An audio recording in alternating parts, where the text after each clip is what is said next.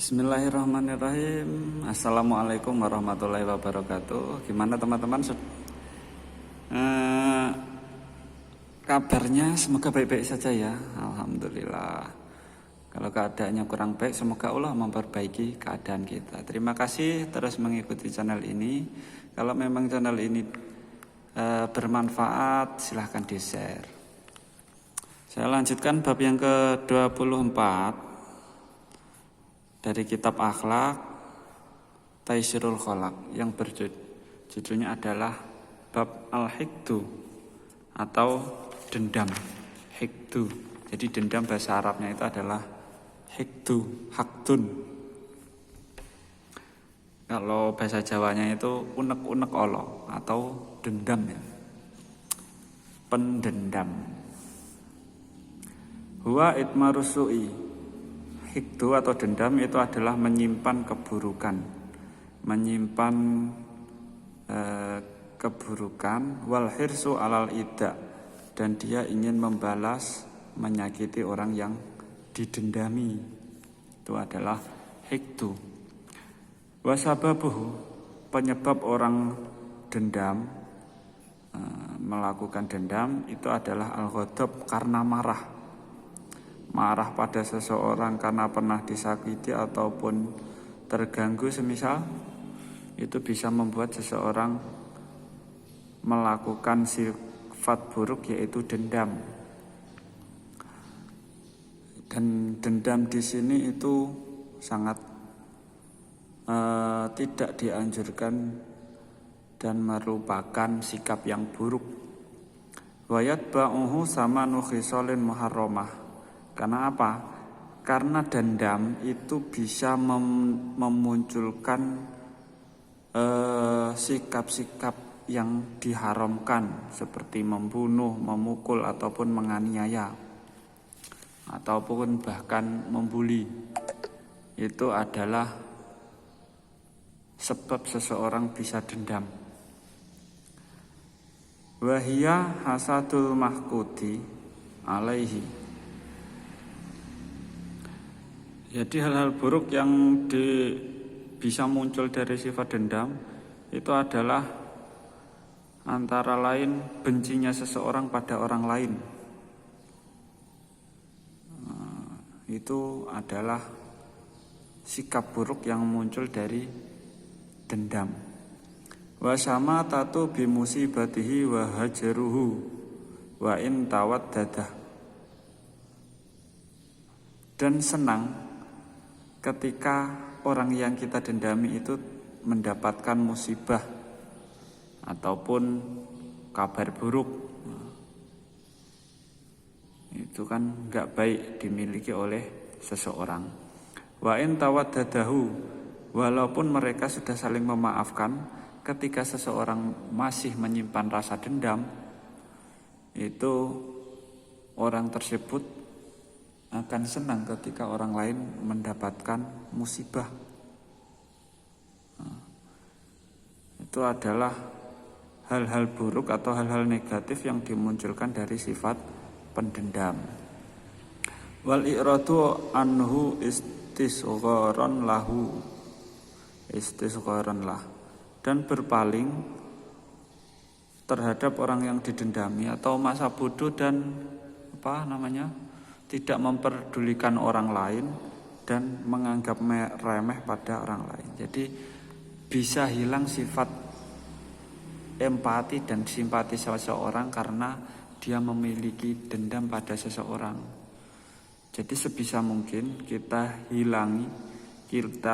kurangi dan kita hilangkan sifat dendam atau benci kita terhadap orang lain. Karena apa?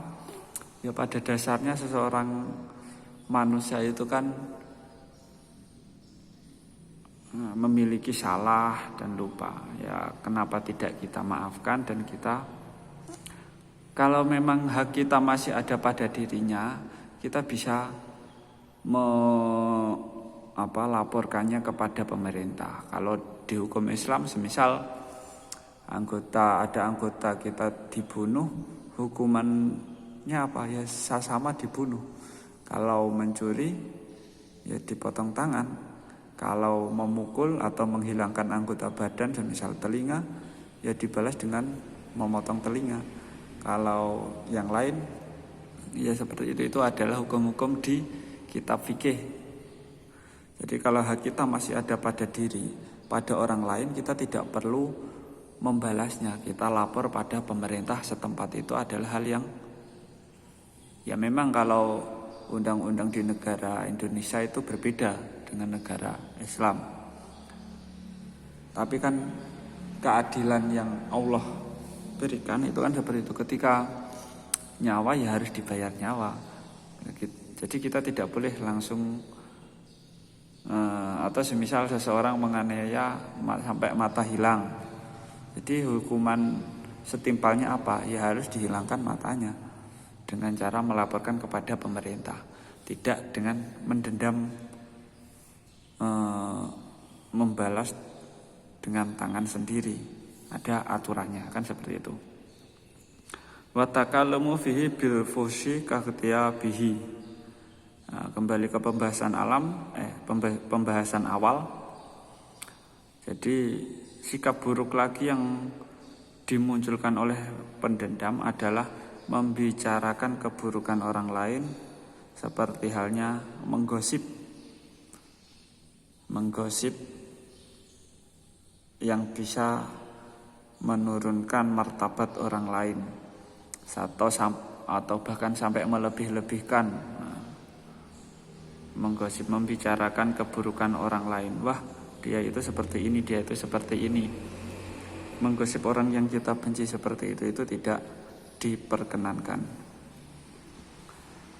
Wa ifsya'u sirrihi, dan memasyhurkan atau membuka rahasia orang yang kita dendami. Nah, itu tidak boleh, karena itu bukan haknya. Semisal kamu pernah disakiti seseorang, tapi kamu tidak bisa membalas, seperti pernah dipukul ataupun pernah semisal dipukul ya, semisal dipukul 1 kali dan kamu dendam. Nah, cara kamu membalas dengan cara membuka rahasianya atau membicarakan segala keburukannya, itu kan tidak sesuai apa yang pernah dilakukannya. Itu tidak patut, itu sangat berlebihan. Dan kita membalas seseorang dengan sesuatu yang berlebihan, itu sama halnya kita yang menjadi orang yang dolim. Semisal kalau hukum fikih, memukul seseorang 1 kali, itu balasannya dipukul, itu tidak berdosa. Dengan kadar yang sama, tidak boleh berlebihan. Kamu dipukul seseorang, kamu membalas mukul, itu tidak berdosa. Karena apa? Dia membalas sesuatu yang pernah dilakukannya kepadanya dengan kadar yang sama dan tidak berlebihan. Tapi kalau kita dipukul 1 kali, kita membalasnya 2 kali, yang 1 kali itu adalah kedoliman yang kita perbuat pada orang lain, itu tidak diperkenankan. Nah, jadi semisal contoh kita pernah dipukul orang lain, kita membalasnya lebih buruk atau melebihi kapasitas apa yang pernah dilakukan orang tersebut pada kita dengan cara membuka rahasia ataupun membicarakan keburukan orang lain, itu sudah melebihi apa yang pernah dilakukan orang lain, dan yang berdosa itu menjadi kita, itu tidak boleh. Dan yang terbaik bagi seseorang adalah memaafkannya.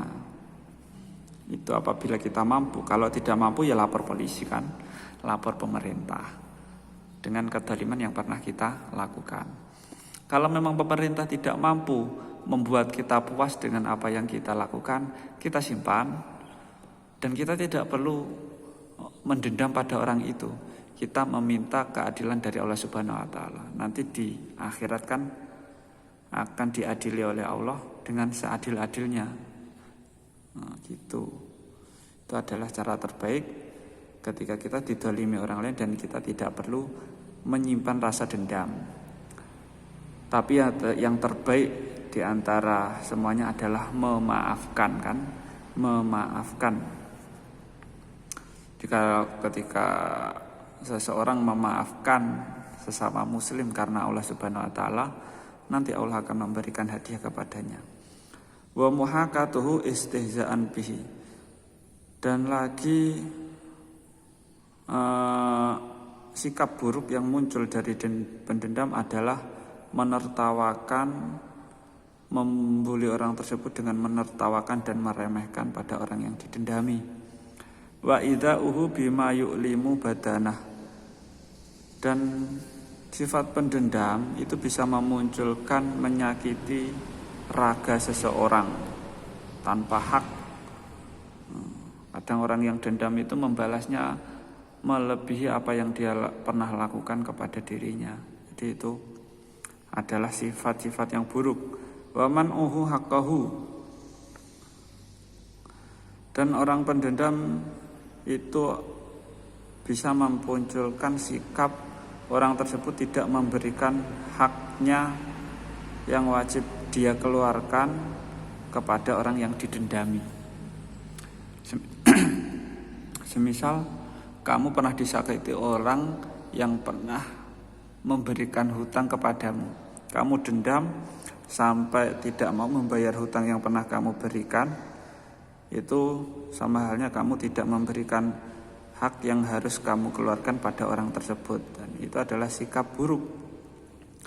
Ka'alla yakdiyahu dainahu, seperti hanya orang yang tidak mau membayar hutangnya kepada orang yang berhak atau orang yang didendaminya. Wa mimma yadullu ala dzamil hikdi.